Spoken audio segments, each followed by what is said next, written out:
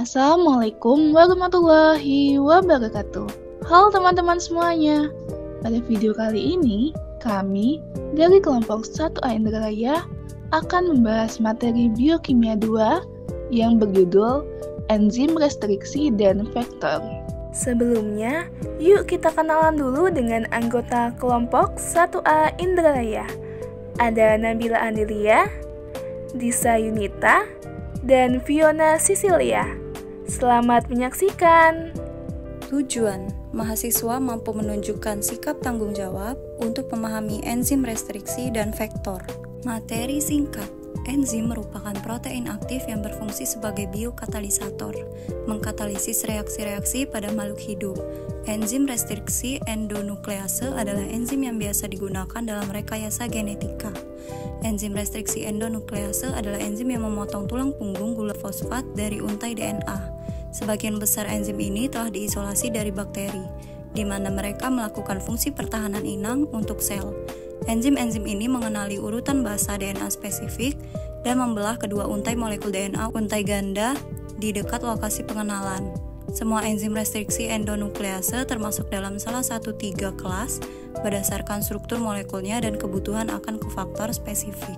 Cloning gen adalah bagian tak terpisahkan dari manipulasi genetik dan melibatkan penggabungan fragmen DNA yang diinginkan ke molekul vektor yang berfungsi untuk membawa segmen DNA tersebut pada sel inang.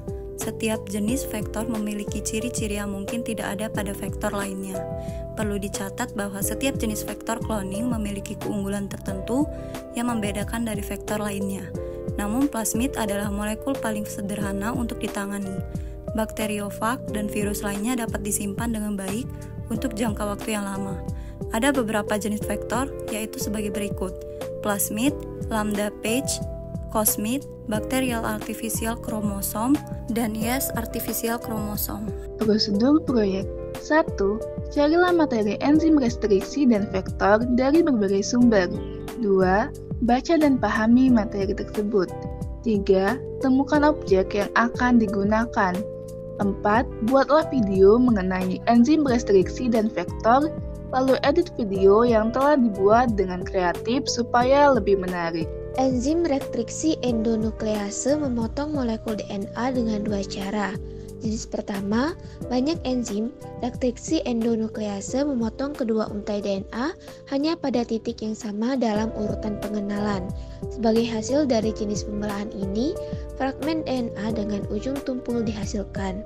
PFU2, HAE2, ALU1 adalah contoh endoklease restriksi yang menghasilkan ujung tumpul, di mana ujung tumpul juga dapat disebut sebagai ujung yang menonjol. Jenis kedua pemotongan oleh enzim restriksi endonuklease, di mana kedua untai DNA dipotong pada 2 titik yang berbeda. Pemotongan tersebut disebut sebagai pemotongan terhuyung-huyung dan ini menghasilkan generasi ujung yang menonjol, yaitu satu untai heliks ganda memanjang beberapa basa di luar untai lainnya. Ujung seperti itu disebut ujung kohesif atau lengket. Merupakan hasil gambar dari pemotongan enzim restriksi dengan 2 cara. Plasmid merupakan vektor yang sering digunakan dalam rekayasa genetika karena memiliki replikator COL-E1, PMB1 memperbanyak salinan, memiliki penanda seleksi atau dominan misalnya AMP, TLT, CAN, resesif misalnya LeuB, memiliki banyak sisi cloning atau sisi enzim restriksi. Sisi pemotong 8BP untuk tempat DNA sisipan, urutan komplementer oligonukleotida, memiliki promotor RNA untuk transkripsi cRNA, memiliki gen LAC-Z untuk seleksi sisipan, memiliki promotor TRC untuk ekspresi yang diatur dalam E. coli, memiliki propagasi, seleksi, dan ekspresi di luar E. coli, produk fusi transkripsi atau translasi, di mana adapun contoh vektor plasmid adalah sebagai berikut. Faga memiliki molekul DNA linier, di mana DNA dapat dimasukkan melalui banyak sisi restriksi. DNA rekombinan terakumulasi sebagai faga dengan melanjutkan siklus litiknya dan menghasilkan partikel faga yang dewasa. Keuntungan penting untuk transportasi faga dari plasmid adalah kemampuannya untuk mentransfer molekul DNA yang lebih panjang. Vektor plasmid menerima fragmen DNA 6 sampai 9 kb, sedangkan vektor faga dapat menerima fragmen DNA sekitar 9 sampai 20 kb. Molekul DNA linier dengan dua urutan kos di setiap ujungnya setelah faga menyuntikkan DNA-nya ke dalam inang bakteri, DNA bersirkulasi. Kedua ujung kohesif tersebut berpasangan basah dan diikat menjadi satu oleh enzim bakteri sehingga membentuk lingkaran. Vektor kosmid, di mana kosmid merupakan plasmid multikopi kecil yang membawa sisi kos yang berasal dari lambda faga yang dapat dikemas ke dalam kepala faga. Genom lambda berisi urutan pengenalan yang disebut sisi kos atau ujung kohesif di setiap ujungnya. Ketika genom akan dikemas di kepala, itu dibelah di satu sisi kos dan DNA linier dimasukkan ke dalam kepala sampai sisi kos kedua telah masuk.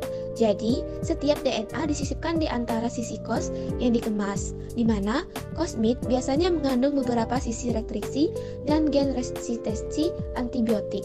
Dari pembahasan sebelumnya, dapat kita simpulkan bahwa enzim restriksi endonuklease adalah enzim yang biasa digunakan dalam rekayasa genetika.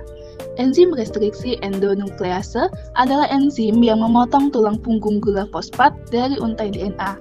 Sebagian besar enzim ini telah diisolasi dari bakteri, di mana mereka melakukan fungsi pertahanan inang untuk sel.